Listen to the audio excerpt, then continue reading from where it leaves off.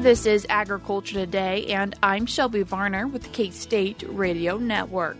Emily Evans, Kansas Farm Service Agency Agricultural Program Specialist, begins today's show with updates on upcoming program deadlines. We are also joined by USDA's Rod Bain and Secretary Tom Vilsack with information about preparing the next generation of agriculture professionals. Continuing the show is K-State Extension cow-calf specialist Jason Warner discussing creep feeding as a management strategy. Cattle producers have a few things to consider before deciding to creep feed. The Beef Cattle Institute's Ask the Experts completes today's show with a conversation about assessing genetic potential in heifers. That and more is coming up ahead on Agriculture Today.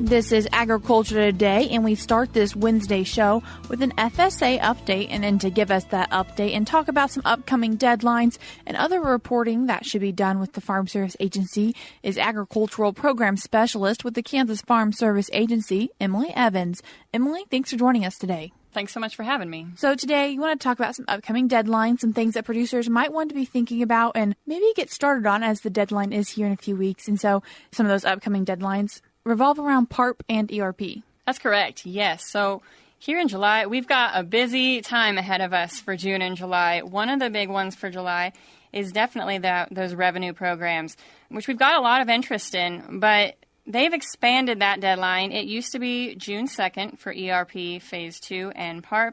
Now they've moved it to July 14th.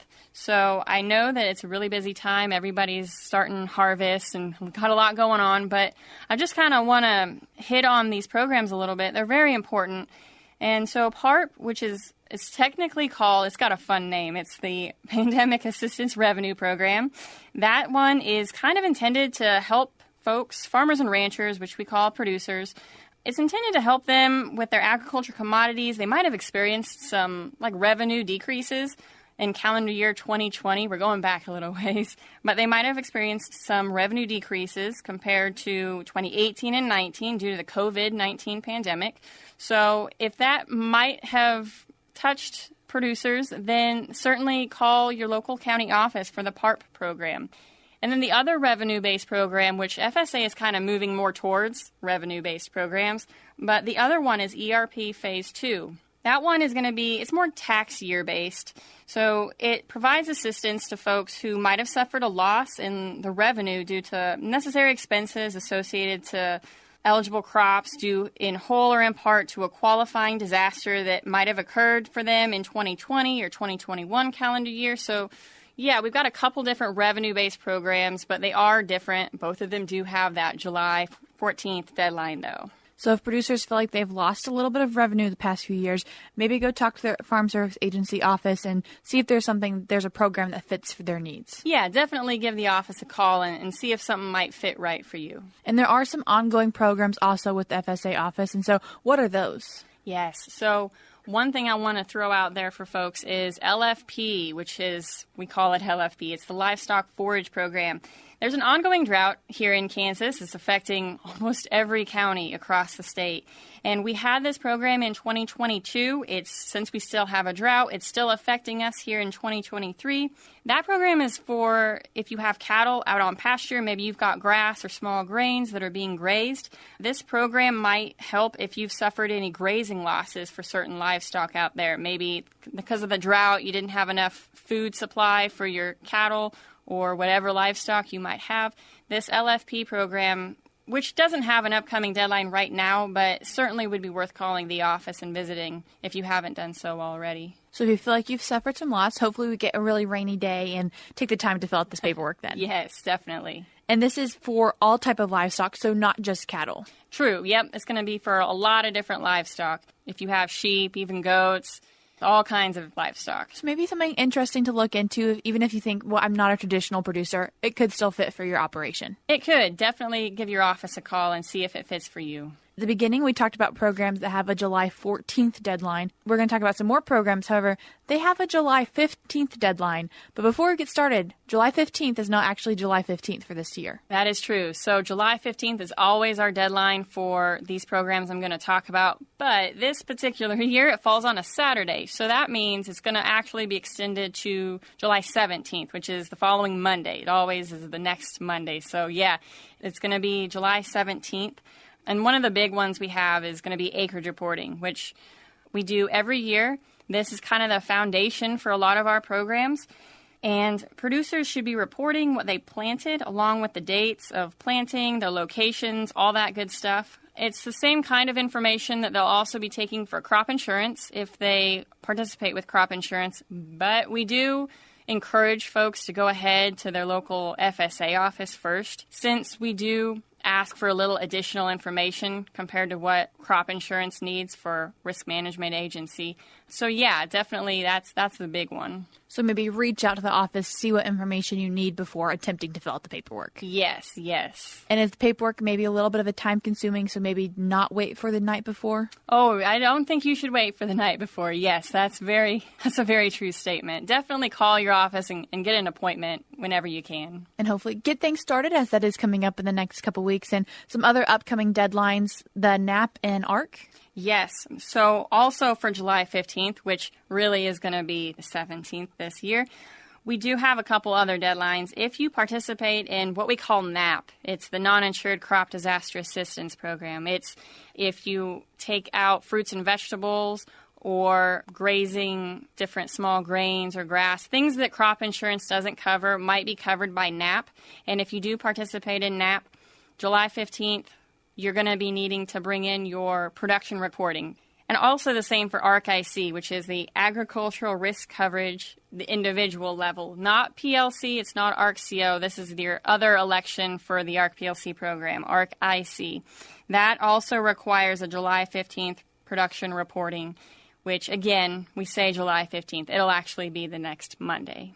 And so from our past FSA conversations with you and other program specialists, a lot of different acronyms. So maybe taking the time to get on the website and click through, or talking with someone to figure out which acronyms fit with your operation. Yes. You can always visit Farmers.gov, and that'll always provide you some solid information. They've got fact sheets on there, newsletters, news releases, all that good stuff if you want to look into the different programs. And there is a newsletter that you can sign up for that relates specifically to your county, which you can find on that Farmers.gov website, which we'll link in today's show notes. And Emily, as we wrap up today's conversation, if producers think, one of these programs may fit for my operation, what are the first few steps you'd like them to do? Well, if they happen to know which county office they report to, always feel free to call your local county office. If not, of course, the website, Farmers.gov, can be helpful. And just paying attention to those Gov Delivery newsletters and texts that your county office sends out. And if you're not signed up for that, feel free to go ahead and get signed up. They send out reminders regularly. They don't overload. They try not to overload anybody, but they do every month or so send out some reminders. Emily, I appreciate you taking the time to come on and give us an update on some programs happening with the Farm Service Agency. Thanks for having me. That was Kansas Farm Service Agency Agricultural Program Specialist Emily Evans. The resources that she mentioned in today's show can be found on actoday.net in today's show notes. Before we cut to a short break, we're going to be joined by the USDA's Rod Bain and Secretary Tom Vilsack as they discuss a new USDA funding program that provides higher education institutions opportunities to develop the future professionals of agriculture, including those working for the USDA.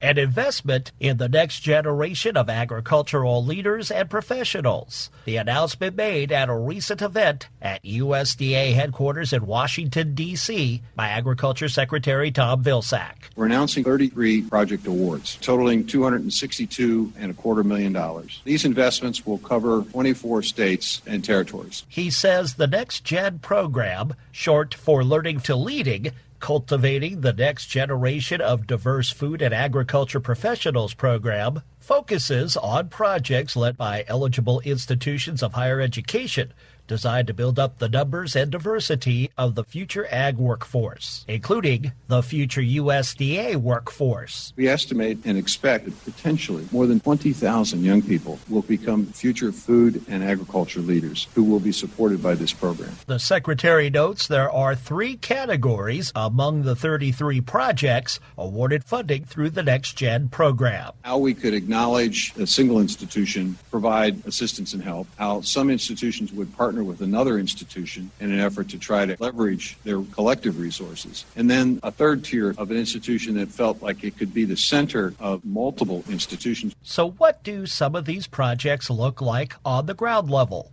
Examples include Adams State University is located in the state of Colorado, and they've developed a robust outreach and engagement program focused on scholarship and experience, learning programs in 6 disciplines. Within 5 years, they expect to award a number of degrees, and then they are hopeful that a majority of those degrees are awarded, that the students and graduates will end up working within the food and agriculture industry or at USDA. And in the case of multi-group projects, A far-reaching effort on the part of North Carolina A&T State University. They want to partner with a number of HBCUs across the United States. They are focused on thousands of youngsters, grades 5 through 12, and beginning the process early of identifying these young people and encouraging them to understand the kinds of learnings that they need in order to prepare themselves for an opportunity. They also want to make sure that they are educating the educator and helping to steer a young person into a great and meaningful career. I'm Ron Bain reporting for the U.S. Department of Agriculture in Washington, D.C.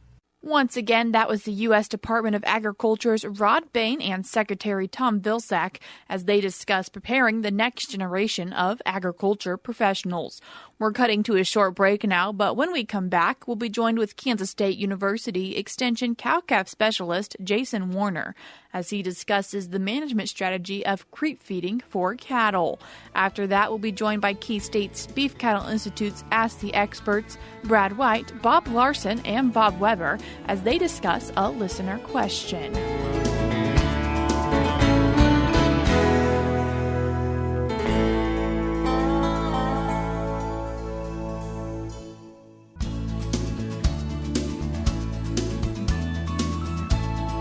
You're tuned back into Agriculture Today, and we continue our show now with a conversation about creep feeding cattle with K-State Extension cow-calf specialist Jason Warner.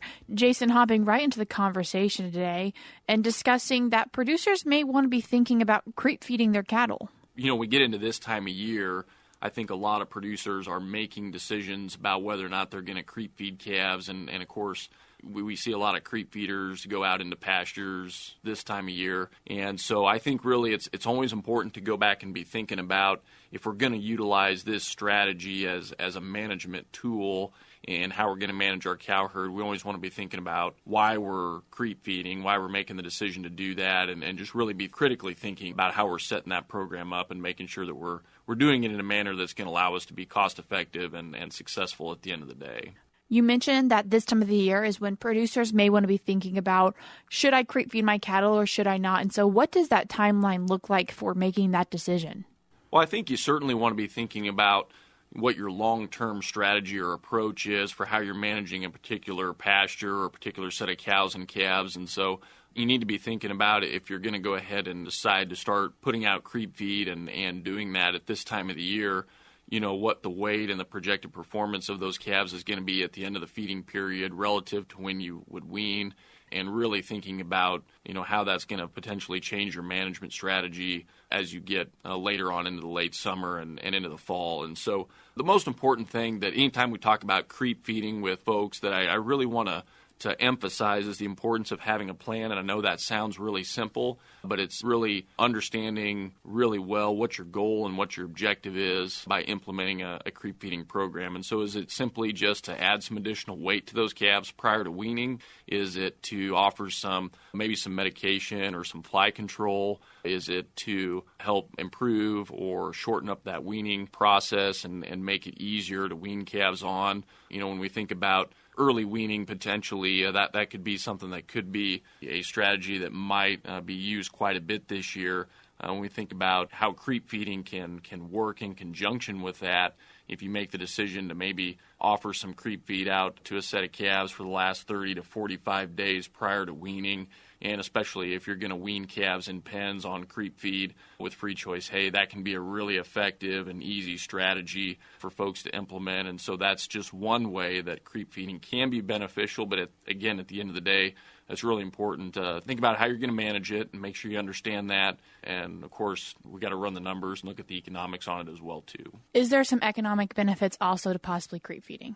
There certainly can be, but at the end of the day, what it all comes back to is the value of gain that we're putting on that calf relative to the cost of gain that it's going to require. And so we want to make sure that we're really thinking about it in those terms and understanding what the cost of that product is going to be, and understand that if we make the decision to go ahead and put creep feed out for a set of calves, they're always going to be heavier at the end of the day. And how much is always just going to be a function of how long we offer the creep feed out to those calves and how much they consume and what the conversion rate is.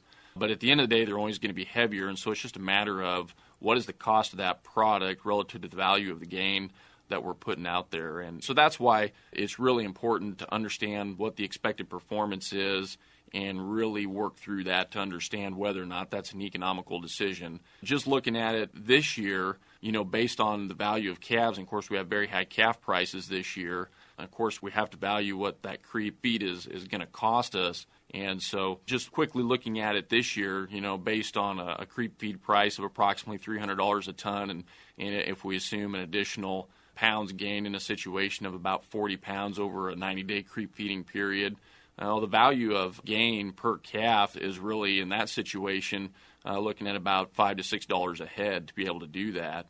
And so you have to really closely look at that and determine, okay, in that situation, is that enough to justify go ahead and putting out feeders and taking the additional time and management to make the program successful?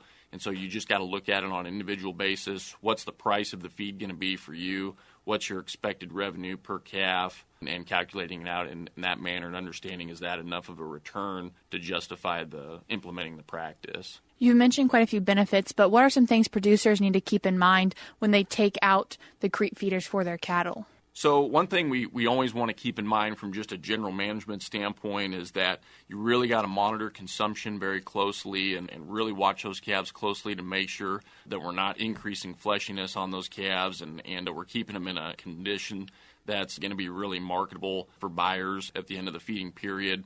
So I think creep feeding, if your program is you're just going to sell calves right off the cow at weaning and you don't retain those calves post-weaning and put some additional weight on them prior to selling, if calf prices are high and creep feed is relatively cheap or inexpensive, well, that's an opportunity or a time where creep feeding might make economic sense in order for you to be able to do that. When we think about feed conversions, the pound of feed that's going to be required to result in a pound of gain or a pound of added gain, we're going to certainly see a wide range with regards to creep feed, and we can see conversions of anywhere from 5 pounds of feed to 1 pound of gain, all the way up to 10 pounds of feed to 1 pound of gain. And so it's really important for folks to think about that, and we can certainly see some differences with regards to those feed conversions based on the type of feed that we might utilize. And so oftentimes we'll see products out there that will be formulated for somewhere between 14 and maybe 17% crude protein, and those are more higher energy types of creep feeds. Conversely, we can see some products that might have as much as 28 or 30% crude protein in them, and those are more of a protein-based creep feed, and certainly those are going to be more expensive if the protein source that's going into those products is going to be higher.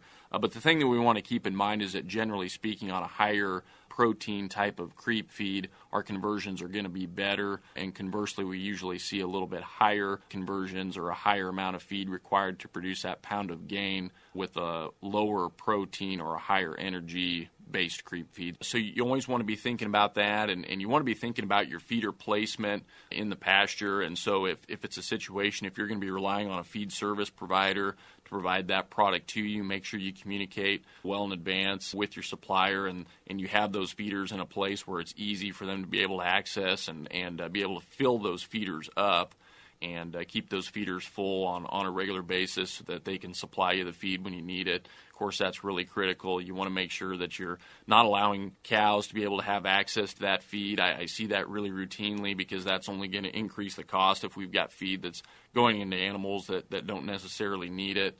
And then also, too, the thing we really want to keep in mind with creep feeding is that it does not reduce nursing or lactation pressure that's on that cow. And I think that is a common misconception that is out there.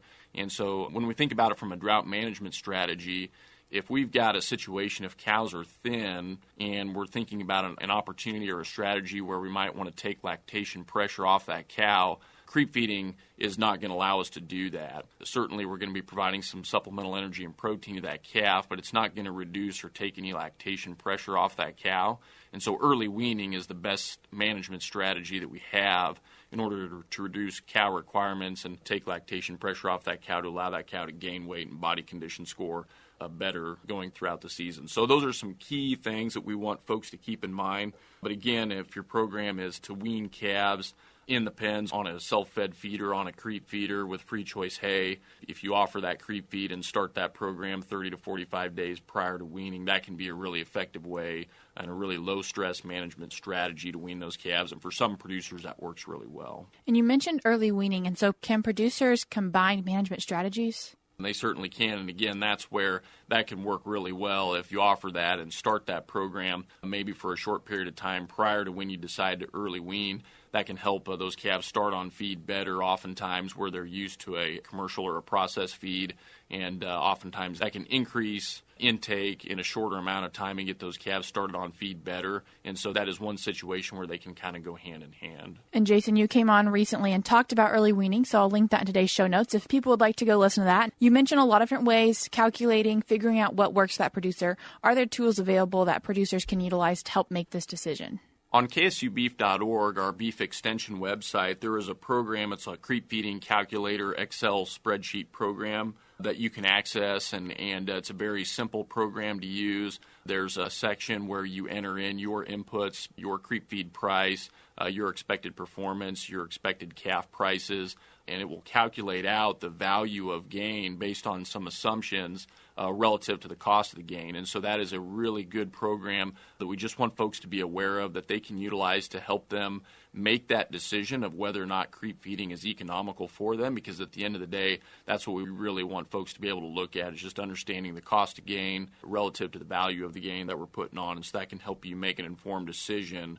of whether or not creep feeding is going to be beneficial for you. The thing that you always want to keep in mind with that is calves always sell on a price slide. There's always a price slide that's in place, and so that's why we know when we add weight to calves, and creep feeding is one strategy that we can do that, they're always going to be worth less on a per-pound basis when we add weight to them because of that price slide. And so this price slide, that can help be accounted for in that program, or that program will calculate and account for that slide difference and help you determine whether or not on a per-head basis it makes sense to do that. Jason, I appreciate you taking the time to join us today and discuss the management strategy of creep feeding this year. Absolutely. Always good to visit about it. That was K-State Extension cow-calf specialist Jason Warner. The tools that he mentioned in today's show can be found in today's show notes, which you can find on agtoday.net.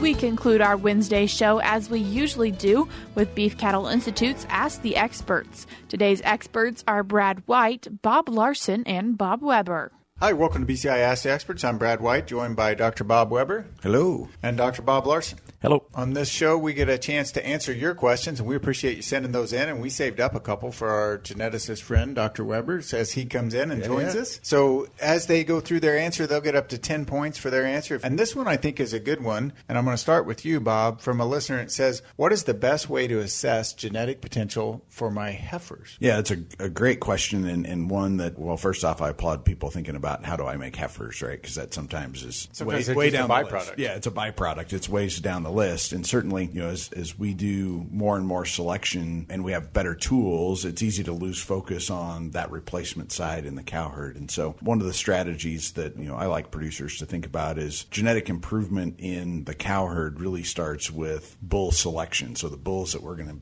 use to make those replacement females, and how should they look differently than the bulls that maybe we're using in the terminal side of our herd? Yep, absolutely. What about you? All right, so I'm going to answer it, and this is a good debate with the geneticist. So I'm going to select the best genetic heifer by one that gets pregnant very early in the breeding season. So I'm going to have a few extras. I'm going to confine a short breeding season, and if she gets pregnant early in that first breeding season, she's the best genetic heifer. And I know I'm oversimplifying things, but I know that there's a lot of value in getting those heifers bred early. It'll carry over from year to year. And that's what I'm going to say. So that's kind of low tech, but I'm going to say that. All right. So I'm going to follow up with you first, and I'm going to come back to Bob. So you said best genetic heifer in the herd, but fertility isn't the highest heritable trait in general. So is she really the best genetic, or are you saying that's your best heifer you're selecting? I'm going to say it's my best heifer, and I'm going to take away the word genetics. I'm just going to say she's the best heifer because she fit my system well this year. And I'm also going to say something else that I think Dr. Weber's going to agree with. I want to have set this up over many years, selecting bulls to produce heifers that have the traits that I want. So that among that group that I select the heifer that gets bred early, we have been thinking about good quality replacement heifers for many generations. Excellent. So you're not necessarily doing any testing, but other than the pregnancy testing. But I'm going to turn back to you, Bob. We've all seen recently several tests have been marketed in different areas, different types of tests, different types of assessment that we could use on heifers. What are the things that you think maybe hold the most promise or potential value? Yeah, great observation. And I think, there's certainly evolution in the genetic space relative to genomics testing in particular. One of the ones that I'm most excited about is technology that lets us go in and look at the genetic makeup of replacement heifers from a breed composition standpoint to find the heifers that look most like F1s genetically. So, if we're in a stabilized F1 or hybrid breeding system, we know that we get calves produced in the calf distribution that look mostly like breed A or mostly like breed B that have less heterosis associated with them. And we know the value of maternal heterosis. Cow herd is massive in terms of longevity and reproductive efficiency, which are primary missions, right? So being able to go through the herd and replacement candidates and say, okay, here's the heifers that look most like F1s in terms of their genetic makeup, using those preferentially as the replacement heifers makes a lot of sense. So that may give me a good idea. And it's a pretty broad scale that we're talking, but that may give me a good idea of how to produce heterosis on that herd as well as possible. And manage heterosis, right? And that's been, for the stabilized F1 breeders, a challenge, right? Because you got to kind of live with the distribution that you got. Yeah, so you can kind of select that a little bit better. And it ties into your plan of using your bull selection and your heifers over time. Yeah, I actually kind of like the way this answer is evolving, in that I think both Dr. Weber and I would say, using EPDs, using our genomic tools so that we're selecting good quality replacement heifer pool. And then within that pool, I love the idea of going in, and this is a relatively straightforward question of which one is closest to an F1 and which one gets bred early. If you have a good pool to start with and you throw in a couple of tests like that, I'm pretty happy with the results I'd get. Excellent. Great answers, guys. In the Battle of the Bobs today, Weber comes out on top with 9 and Larson comes out with 7. So great answers. If you have questions for us, send us an email at bci@ksu.edu. Once again, that was K-State's BCI's Ask the Experts, Brad White, Bob Larson, and Bob Weber. That concludes today's program, but we'll be back with more for you tomorrow on Agriculture Today.